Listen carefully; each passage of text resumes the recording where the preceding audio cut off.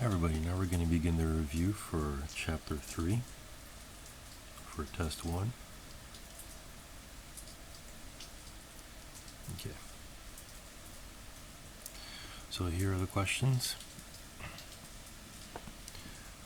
Okay, so we're going to do Chapter 3, number 1. So the first question is, blank rocks always originate at the surface of the solid earth. So which rocks always originate on the surface of the earth? So let's see which one it is, and they are sedimentary rocks, or will always originate on the surface. So this one is D, and the reason why is that if this is the surface of the earth, magma boils up to the surface, and I won't say the name of the rock that once the magma hardens, we'll see that later, but the magma hardens into a rock, and eventually that rock gets pulverized and turns into dust, and that dust becomes the sedimentary rocks. Okay, so next question, Chapter 3, number 2.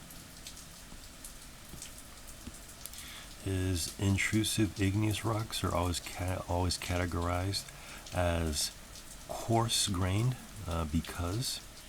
So see if you can get the reason why. So we're talking about intrusive.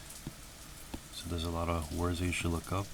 Intrusive means something, igneous means something, and coarse-grained rock. So how are how are all these terms related? So let's see the answer. So they cool slowly, and let's see how this works again. So if you have this is the surface of the earth, and magma boils up, but it doesn't reach the surface, so it cools on the inside, because on the inside it's going to be still relatively warm. It's going to cool slowly, and because it cools slowly, the crystals are going to have a lot of time to get bigger and bigger and bigger until you get these big crystals that are almost visible to see with the eye. So then for number 2, you have intrusive igneous rocks are characterized by coarse grain because they cool slowly. So the slower something cools, the bigger the crystals are going to be. Next question. Chapter 3, number 3. All igneous rocks have what? So see if you can get the answer to this. So what's a property that all igneous rocks have in common? Alright, so let's see. So all igneous rocks have solid interlocking crystals. The reason why is, so let's go back here. This is the surface of the earth. Magma rises to the surface, and it's still liquid here. And because of that, the atoms can move freely. And as they start to cool down, the atoms actually arrange themselves in a nice regular grid, and those become crystals. So the property of all igneous rocks is that they have interlocking crystals.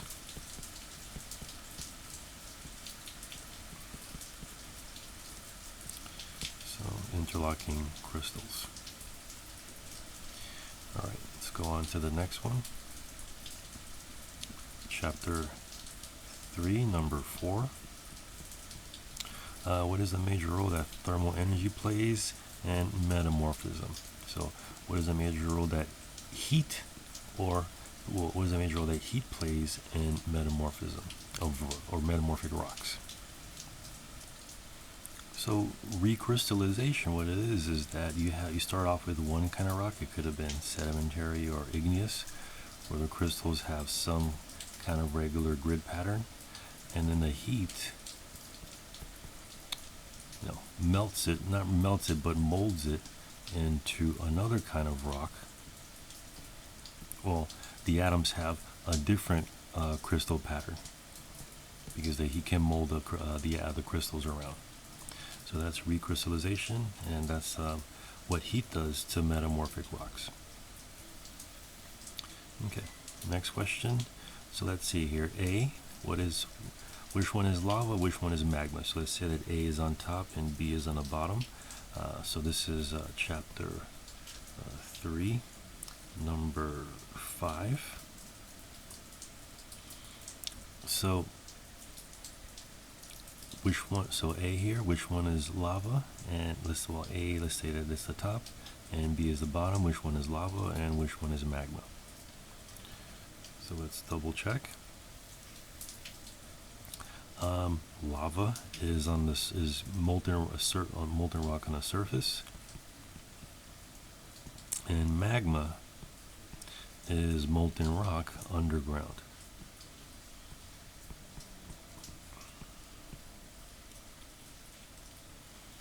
Okay, next one, chapter 3, number 6. So similar, let's say A here, this is on the surface, and B is on the bottom. Which one corresponds to intrusive and which one corresponds to extrusive igneous rocks? So let's check. So on the surface here, that's extrusive because it left the earth, it exited the earth. And here, the one that the igneous that's still beneath inside the earth, that's intrusive.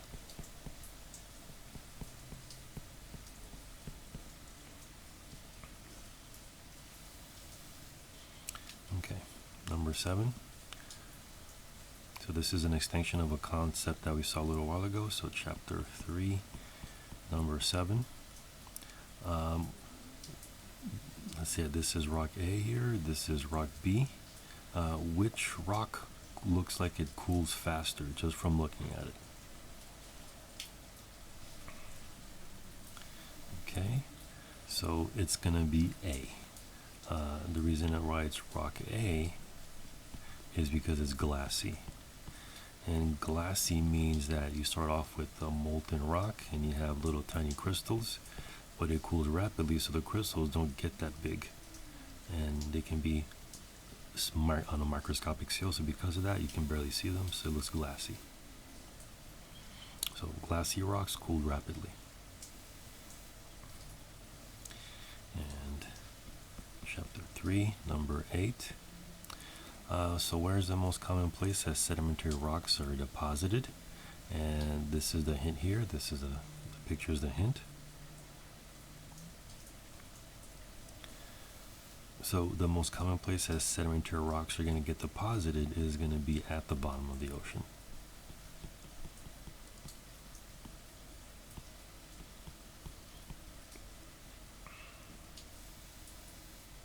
Okay.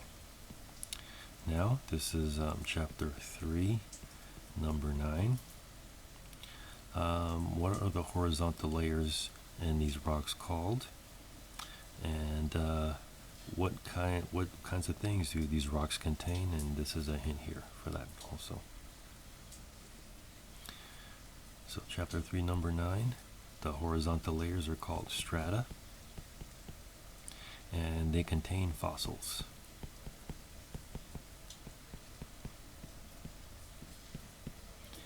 Year by year, as dust gets laid out, the animals that died also get laid out as well in each of those layers. So you get each year you get a different layer of organic material or fossils deposited. Okay.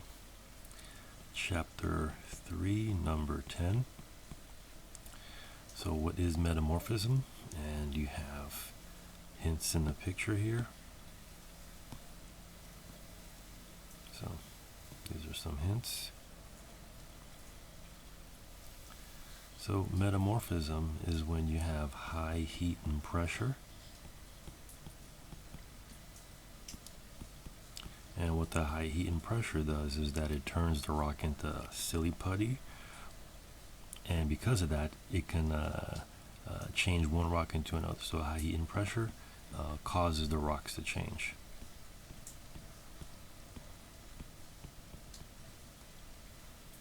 So it changes one rock into another.